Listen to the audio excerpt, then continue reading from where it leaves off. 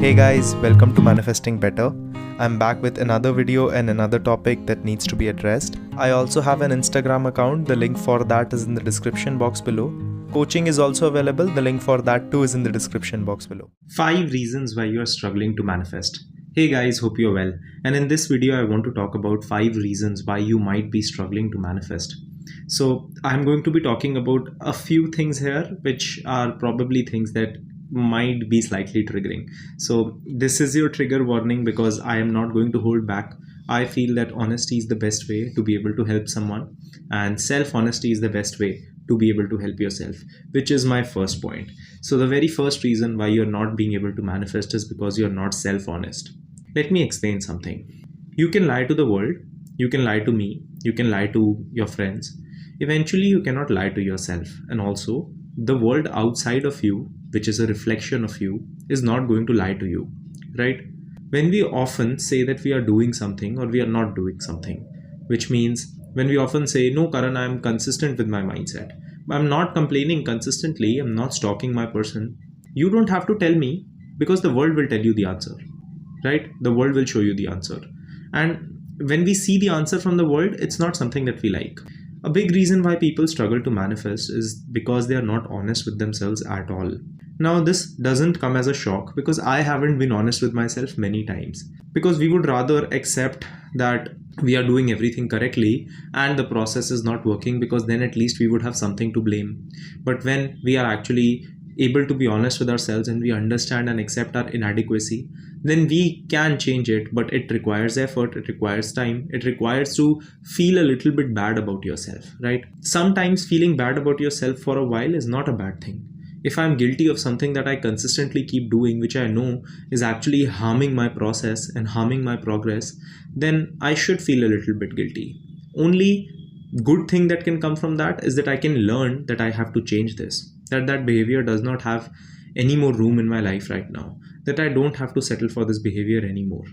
So be honest with yourself. Don't lie to yourself. Do this one activity just now. Pause this video for a second. Just tell yourself one truth which you have been avoiding. You don't have to tell me. You don't have to tell anyone else. Just tell this to yourself. Tell yourself one truth which you have been avoiding, because you know what the next steps should be that you should take.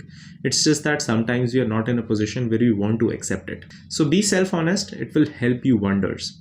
The second reason why you are not getting your manifestations and why you're struggling to manifest is because you're not thinking long term. You don't even know how many people I have with whom I work with who get results, and sometime then they start to work on it themselves, and then a little bit later they come back and say that, you know what Karan, I got results, I was doing great, but then when results came I went back into the same old pattern and they went away again. Because the results only stay once you're looking at situations long term. If we are not looking at situations long term, we are not going to get consistent results. It's important to understand that when we are in this kind of a mental frame where we are not looking at the longevity of our results, we are just playing this small game of getting some validation, right? It does not really help and it does not really make sense. Please look at the things that you are going after in a long term way. Your manifestation processes, the things that you want to go after, look at them in a long-term way.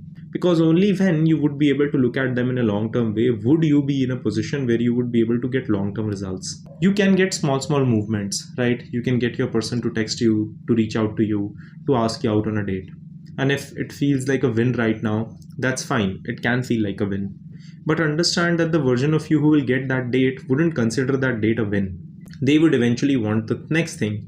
But by the time that you have focused so much on this, getting these small things, you have forgotten that my work towards myself needs to be consistent.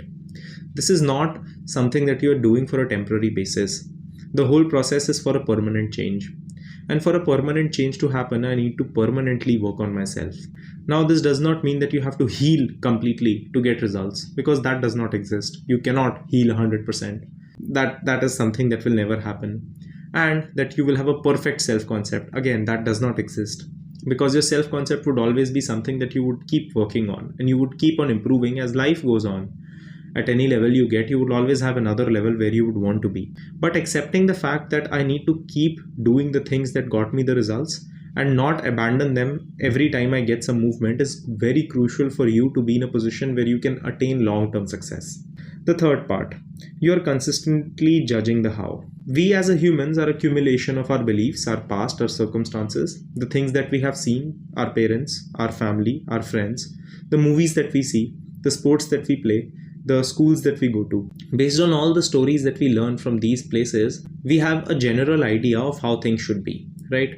So if I am someone who lives in a particular town where all people are job people, right?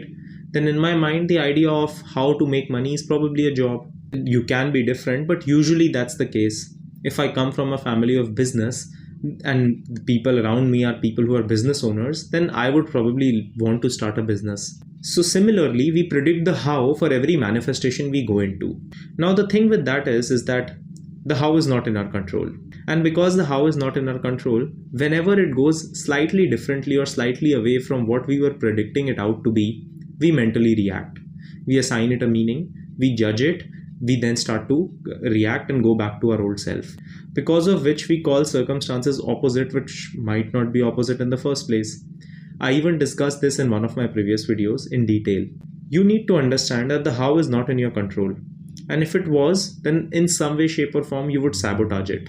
And this is sorry to say, but we all would to a certain degree. We would sabotage it. The reason why we try to predict the how is because we are looking for some sense of security. We want to have that assurance that the how should go this particular way that we know, because we want to believe that it will go in this way, and that would mean that we would get the full thing. But we don't know what the how is. So why not, whatever is happening in front of you, assign it a meaning that it is working out for me? Why not assume that whatever is happening in front of me is taking me where I want to be? Why go in a direction where you have to judge these things for yourself and put yourself in a mental position where you start reacting to these things and just keep sabotaging the manifestation process again? Does not really make sense. So again, the how is not in your control. And if you're trying to control the how, then you yourself are going and bringing your downfall, which is not really helpful. The next thing, you are very defensive. I have been the king of being defensive, right? I remember whenever anyone used to come give me some advice, at that time I used to think that I know it all, because of which I never used to take advice. And I had to waste a lot of my time to learn a lot about lot of things about a lot of things in my life. I remember I have this friend, he's still my best friend. And he used to tell me in school that, you know, the girl that you're with, not a good deal. She's not coming from a good place. This is a toxic relationship. And at that time, I used to get so defensive. I used to tell him, no, you are wrong. And he supported me, but because he was my friend, but he kept telling me that, you know what, you're going in a wrong direction. This is not the correct move for you. This is not the correct thing for you. This is not a correct relationship. You are sabotaging it. You're sabotaging it. I did not listen to him because I thought that, you know what does he know? But at that time, he was right. I just did not want to accept it.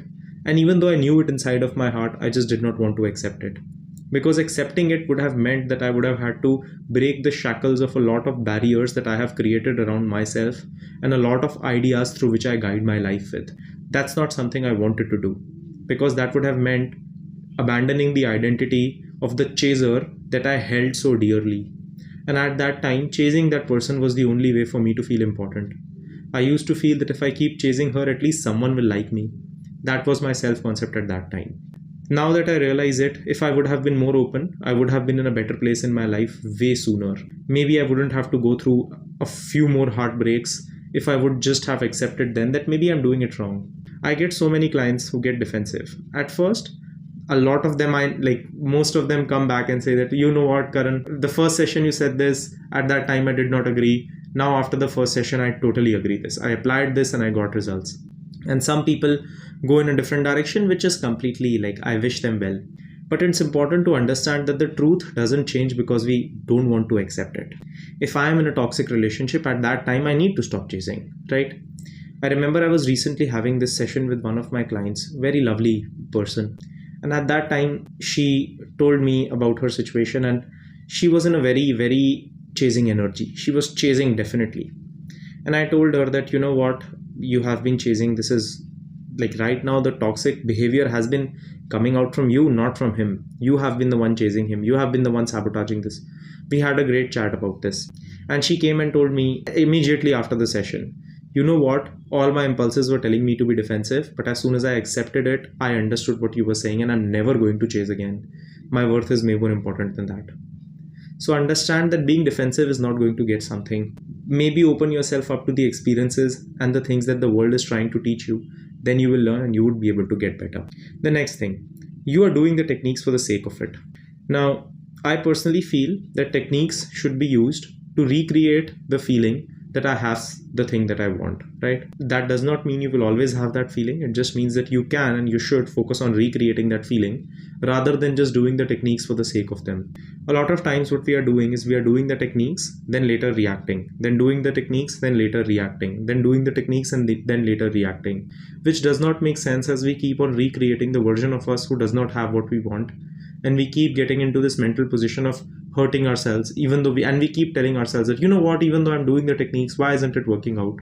Because we are just doing the techniques for the sake of it. We are actually not changing from them. Understand that the purpose of the technique is to change you. If your reactions are not changing, then it won't make sense to keep doing the techniques. And if your reactions are changing, then you don't need to worry about doing the techniques so much, because the change that you are bringing inside is the reason for the techniques. So I hope this video helps you, and I hope you're able to check these mistakes and get it better. And I will see you guys in the next one. Click the like button if you liked the video. Subscribe and turn the notifications on for more such content. Comment down your video suggestions and I will see you guys in the next one.